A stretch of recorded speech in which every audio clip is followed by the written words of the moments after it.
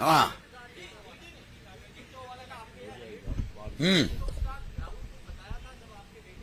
Paper leak को लेके BJP बहुत बड़ा मुद्दा बनाना चाह रही है इस बार, तो आपकी तरफ से इसे... ये भवानी जी बोल रहे हैं, मैं पहले इनका जवाब दे दूं।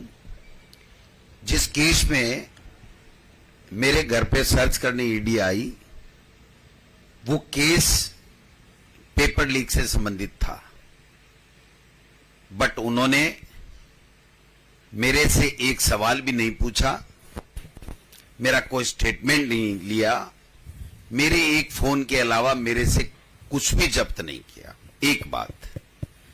दूसरी बात, मेरे बेटे के नाम से, जिसका नाम अविनाश है, जो अकाउंट्स ऑफिसर है, उसके नाम से सर्च वारंट था, बट उसके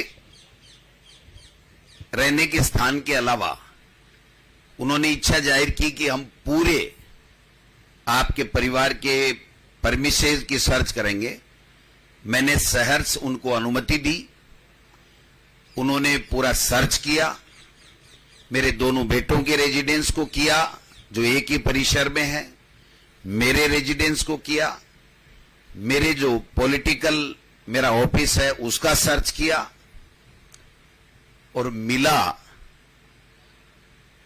दो बेटे और एक बाप का, यानी मेरा मोबाइल और उनका दोनों बेटों का ईमेल पेन ड्राइव में ले गए। 1 रुपया नहीं ले गए, कोई इलीगल दस्तावेज नहीं मिला।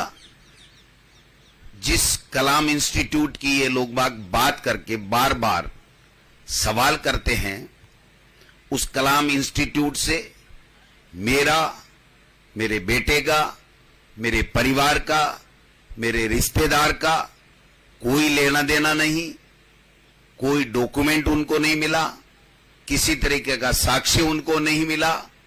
लेकिन बात एक ही है कि गोविंद डोटासरा एक अध्यापक का बेटा, किसान का बेटा, बीजेपी के खिलाफ मुखर होकर के बोलता है, आरएसएस के खिलाफ मुखर होकर बोलता है। राजेंद्र जी राठौड़, सुभाष जी मैरिया, किरोड़ी लाल जी मीना 2-2.5 साल से इस बात का प्रयास कर रहे हैं कि कैसे कांग्रेस पार्टी को बदनाम किया जाए, कैसे भारतीय जनता पार्टी की सरकार बनाई जाए।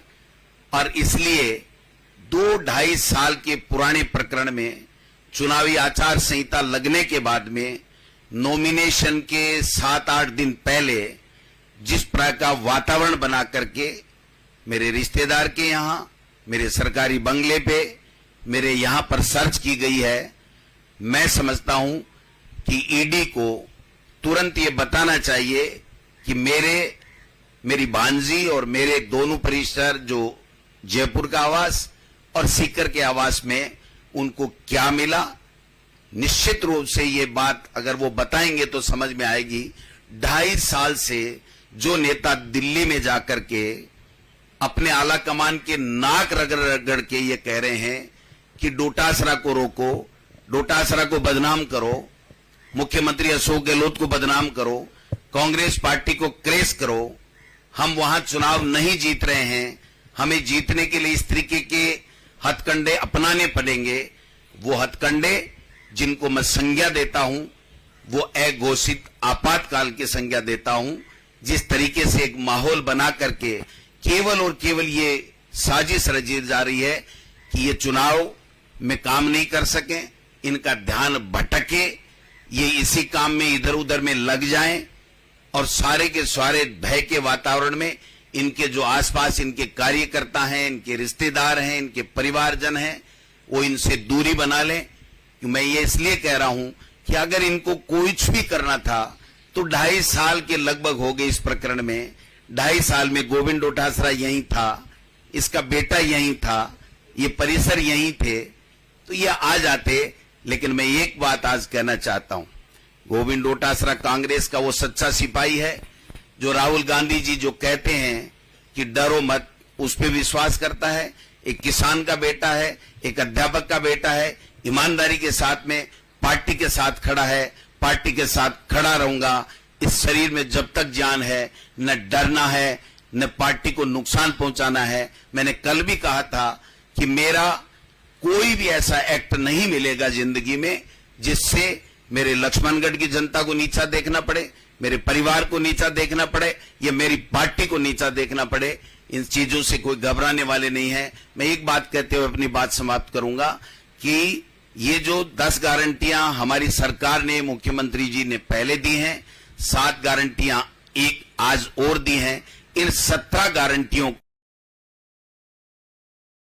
17 गारंटी दे रहे हैं, वो एक गारंटी दे रहे हैं कि गोविंद डोटासरा, अशोक गहलोत, अगर कांग्रेस का कोई भी नेता अगर आरएसएस और बीजेपी के खिलाफ बोलेगा, कांग्रेस का प्रचार करेगा, कांग्रेस की योजनाओं का प्रचार प्रसार करके लोगों को राहत देगा, तो हम इनकम टैक्स, ईडी और सीबीआई गारंटी सहित भेज देंगे। ये गारंटी मैं समझता हूं बीजेपी हमारी 17 गारंटियों के खिलाफ दे रही है। ये अघोषित आपातकाल है, हम इसकी निंदा करते हैं।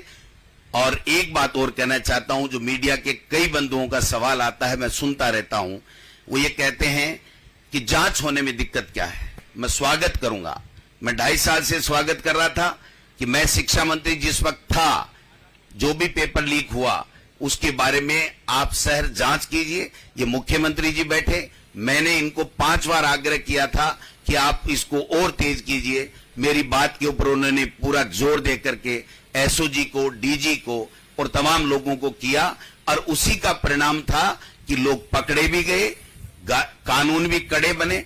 देश में किसी भी जगह इस तरीके का कड़ा कानून पेपर लीक के खिलाफ नहीं है, जबकि पूरे देश में हर स्टेट में पेपर लीक हो रहे हैं।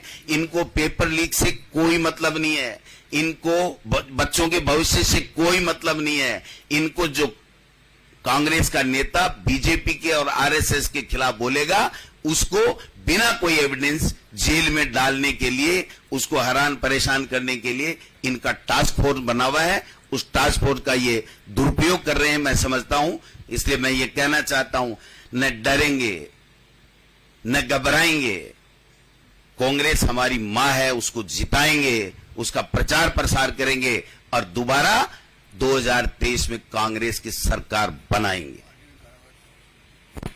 आजीवन कारावास की सजा जिस कानून में दे दी। और एक बात बताओ मेरे भाइयों, मैं आपसे पूछना चाहता हूं, सब मेरे मित्र हो, 2.5 साल से गोविंद डोटासरा यही है, परिवार के लोग यही हैं, तो ये आनन फानन में नॉमिनेशन के 4 दिन पहले, 3 दिन पहले क्या कहना चाहते हैं? मैं व्यक्तिगत हमले करता नहीं, लेकिन मैं एक बात कहना चाहता हूं। मेरे खिलाफ सुभाष जी महरिया, जो राजेंद्र जी राठौड़ साहब के अभिन्न मित्र हैं, वो चुनाव लड़ रहे हैं। वो आज 2 महीने से ये बात कह रहे हैं, उनके वीडियोज आपके पास में हैं सोशल मीडिया के माध्यम से, कि चुनाव को ऐसा रंगीन बना दूंगा कि गोविंद डोटासरा चुनाव लड़ना भूल जाएगा। मैं उन सुभाष जी को, राजेंद्र जी राठौड़ साहब को और बीजेपी के नेताओं को कहना चाहता हूं, अगर जेल में भी डाल दो, गोविंद डोटासरा की जनता, कांग्रेस का कार्यकर्ता गोविंद डोटासरा के साथ में है। जेल से भी जीत के आऊंगा, चिंता करनी है। इनके मंसूबे कामयाब नहीं होंगे। ये कायर लोग हैं, ये इस तरीके से वार करना जानते हैं, जनता का दिल जीतना नहीं जानते हैं, क्योंकि इन्होंने 5 साल में कुछ काम नहीं किया, यही काम किया है, ये मैं कहना चाहता हूं।